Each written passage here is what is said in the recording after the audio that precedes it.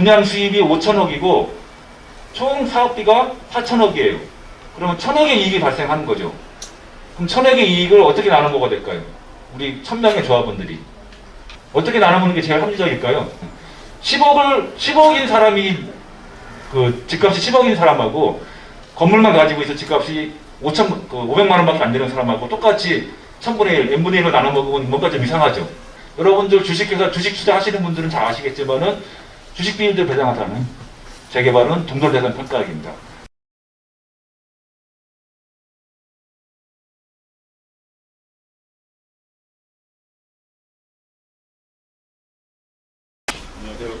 질문으로 하나 시작을 해볼게요. 천세권이라는 얘기 들어보셨습니까? 천세권. 1000세대 이상 되는 대단지. 그 다음에 공세권 얘기 들어보셨어요? 공세권. 공원을 끼고 있는 아파트는 값을 더 쳐준다. 초품화라는 얘기 들어보셨어요? 초등학교를 품은 아파트 단지. 단지는 이 세 가지를 다 갖췄어요. 기본적으로 지금 2000세대 얘기를 하셨잖아요. 기본 2000은 간다. 그 다음에 우리 바로 옆에 중남천 있잖아요. 그러니까 공원은 아닙니다만 천을 끼고 있잖아요. 그 다음에 학교, 우리 바로 밑에, 구역 밑에 청룡초등학교인가요? 그 다음에 우리 또 하나 장점, 우리 GTX-A가 우정부를 통과하죠. 하여튼 우리는 장점이 되게 많더라고요. 첫 번째 얘기는 재개발 사업에서 감정평가를 종전자산 평가라 하는데요. 종전평가, 종전자산 평가 이렇게 얘기하고, 그 다음에 내가 들어갈 아파트 분양가격, 그러니까 조합원 분양가는 누가 결정합니까? 저희가 평가한 감정평가액으로 결정돼요. 어떻게 흘러간다, 이것만 제가 대략적으로 말씀드릴게요. 종전자산 평가는 우리 건축허가에 해당하는 사업시행인가, 조합을 세운 다음에 바로 하는 일은 건축허가 받는 거예요. 건축허가를 우리 재개발에서는 사업시행계획인가라고 표현하는데요. 사업시행계획인가가 나면은 바로 감정평가사들이 현장 조사를 합니다. 그래서 여러분들 재산을 다 평가를 해요. 그 다음에 시공자 선정하고 뭐 이렇게 시공자 공사비가 확정되고 나면은 그때 가서 조합원 분양가에서 평가를 합니다. 그러고 나면은 사업 수지가, 개개인 입장에서 보면 사업 수지가 딱 따지는 거죠, 이제. 근데 제가 지금 드리고 싶은 말씀이 이거예요. 추정분담금이라는 게 있거든요. 추진위원회가 조합 설립 동의서를 받고자 하는 경우에는 반드시 추정분담금 선정을 해서 그 자료를 여러분들한테 제공을 하게 돼 있어요, 법적으로. 물론 추정분담금이기 때문에 실제 사업시행 인가 받고 나서 정식으로 하는 정식 감정평가 금액과는 당연히 다릅니다. 그 다음에 그게 첫 번째 추정분담금이고요. 두 번째는 뭐냐면은 이게 건축허가에 해당하는 사업시행 인가를 받았잖아요. 그러면은 정식 감정평가를 합니다. 의정부 시장이 평가사 2명을 선정해요. 그 의정부 시장이 선정한 2명의 감정평가사가 정식 감정을 합니다. 그리고 나서 정식 감정한 종전자산 평가액과 또다시 추정분담금을 한 번 더 해요. 그 다음에 이제 감정평가 금액에 대해서 가장 오해를 많이 하시는 부분이 있어요. 종전자산 평가는 우리 흔히 얘기하는 시세감정, 시가감정, 시가평가가 아닙니다.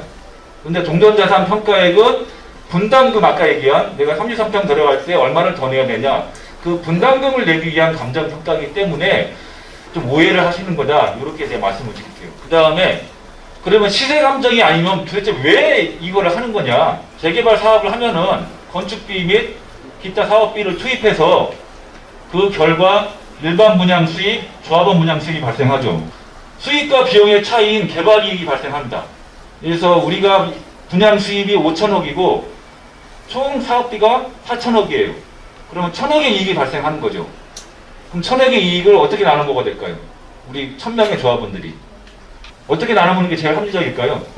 10억인 사람이, 집값이 10억인 사람하고 건물만 가지고 있어 집값이 500만 원밖에 안 되는 사람하고 똑같이 1000분의 1, n분의 1로 나눠 먹으면 뭔가 좀 이상하죠. 여러분들 주식회사, 주식 투자하시는 분들은 잘 아시겠지만은 주식 비율들 배당하다는 재개발은 동결대상 평가액입니다. 그 다음에 요거 이제 그럼 언제 시점으로 평가하냐, 이거 사진이 있는데요. 이게 작년 5월 달에 매일경제신문에 나온 사진입니다. 비대위에서 뭐라고 하냐면은 2021년인데 2014년 감정평가액으로 우리 동네 재개발 추진이 웬 말이냐, 적장 물러가라, 뭐 이런 얘기죠. 이게 맞는 얘기일까요? 이 사람, 이거는 이 비대위 분들이 일부러 주민들을 속이는 거예요. 선동하는 겁니다. 우리 법에 보면은 2021년에 평가하건 2030년에 평가하건 사업시행 인가를 받은 날, 아까 건축허가라고 했잖아요. 건축허가 받은 날로 평가하게 법에 돼 있어요. 그러니까 여기 소자 1-1구역은 2014년에 사업시행 인가를 받은 거죠. 억울할 필요가 없어요. 다른 사람은 다 2021년으로 하는데 나만 2014년으로 했다. 그러면 조합장 가서 할부림 해야죠. 그런데 다 마찬가지란 말이에요. 다 똑같은 거기 때문에 그때는 가만히 계시면 안 되겠죠. 다 똑같은 거기 때문에 이거 가지고 괜히 이상하게 생각하실 필요 없다 이거죠. 그러니까 종전재산 평가는 사업시행 인가 시점으로 한다. 언제 평가를 하는지 똑같다. 그거는 이렇게 보시면 됩니다. 평가를 감정평가사가 마음대로 하는 게 아니고요. 평가 방법은 또 법에 규정이 되어 있어요. 토지는 일단 봅시다. 토지는 우리 법에 공시지가를 기준으로 평가하도록 되어 있습니다. 그건 이제 공시지가가 시세보다 싼데 그것들을 평가하면 어떻게? 라고 당연히 질문이 하실 텐데 공시지가에서 출발한다는 것 뿐이지 공시지가대로 평가하는 건 아니다. 그래서 공시지가 수준으로 평가해서 평가가 나쁜 놈 이런 게 아닙니다. 네, 건물은 똑같아요. 단독주택, 다주택의 건물을 어떻게 평가하냐면 지금 현재 내가 이 공사를 발주했을 때 평당 얼마에 지을 수 있냐. 그런데 건축한 지 20년이 지났다. 근데 벽돌조니까 벽돌조는 보통 내용 연수를 45년을 봅니다. 45년 중에 20년이 지났다. 그럼 남은 기간이 25년이죠. 그럼 45분의 25, 평당 300만 원. 그렇게 해서 평가를 합니다. 구분 건물 빌라 연립이 좀 복잡해요. 그래서 단독주택, 가구주택은 토지 가격 얼마, 건물 가격 얼마 이 두 가지를 평가한다면 합산해요. 근데 구분 건물 연립 다세대는 약간 달라요. 여러분들 아파트 평가할 때 평당 3천만 원 얘기하는 게 그 건물 분양 평당이잖아요. 거기에는 토지 가격이 같이 들어가 있는 거죠. 그러니까 연립 다세대 아파트를 어떻게 평가하냐면은 토지와 건물을 일체로 해가지고 우리 빌라가 85년에 지었다. 그럼 주위에 비슷한 언저리에 지은 유사한 연립주택 빌라가 지금 얼마에 거래되느냐 이런 걸 저희들이 조사를 해서 토지와 건물을 일체로 평가를 합니다. 그 다음에 이제 이게 종전재산 평가고요. 그 다음에 조합원 분양가. 조합원 분양가도 평가사가 평가한 감정평가액으로 결정합니다. 그걸 보면은 현재 우리나라의 아파트 분양가 결정 구조가 이렇게 좀 복잡합니다. 먼저 일반 분양가를 보면은 일반 분양가는 분양가 상한제 지역에서는 마치 단독주택처럼 토지 플러스 건물로 그냥 분양가를 결정해버립니다. 그래서 택지 평가에 플러스 건축비를 기초로 해서 그 분양가 결정은 누가 하냐? 조합이 하는 게 아니고요. 시군구 분양가 심의위원회 심의로 결정돼요. 다행히 우리는 분양가 상한제가 아닌데 바로 위에 우리 장암 1구역 있죠? 장암 1구역 분양가를 어떻게 결정했는지를 보면 바로 알 수 있어요. 여기 분양가는 실질적으로 어떻게 결정되냐면은 허그라는 데가 있어요. 허그. 주택도시보증공사가 있는데요. 일반 분양을 하기 위해서는 반드시 이 보증을 받아야 됩니다. 그 보증을 쓰면서 얘네가 분양가를 아예 제시를 해요. 이거 이상으로 난 보증 안 해줄래. 이거 이상 가져오면 난 보증 못해. 하려면 하고 말라면 말어. 이런 식이거든 지금. 그런데 조합원 분양가는 물론 감정평가사가 평가를 결정하지만은 일반 분양가보다 저렴합니다. 일반적으로. 그렇게 보시면 돼요. 그 다음에 상가. 구역 내에서 장사하시는 분들은 상가를 갖고 싶어 하실 수 있잖아요. 그 상가의 조합원 분양가 역시 감정평가로 결정됩니다. 그러면은 아까 말씀드렸잖아요. 의정부는 허그의 분양가, 그 허그 심사 기준에 따른 그 분양가가 결정되는 지역인데 허그 심사 기준이 뭐냐를 좀 한번 봐야 돼요. 허그의 분양가 심사 기준은 하나, 둘, 셋, 넷, 다섯, 여섯, 일곱, 8가지를 보게 돼 있어요. 그런데 8가지 보시면은 입지가 4가지가 있고요. 사업 안정성이라는 게 있는데 이거는 시공사에 관한 거예요. 시공사. 그런데 잘 아시겠지만은 2,000세대 넘는 대규모 단지면은 들어오지 말라고 해도 대한민국의 유명한 브랜드들은 다 들어옵니다. 들어오지 마세요를 하고 다 들어올 거예요. 그러니까 이 부분에 대해서는 여러분들은 걱정하실 필요가 없어요. 여기 다 맞짱 받고 간다. 이렇게 보시면 돼요.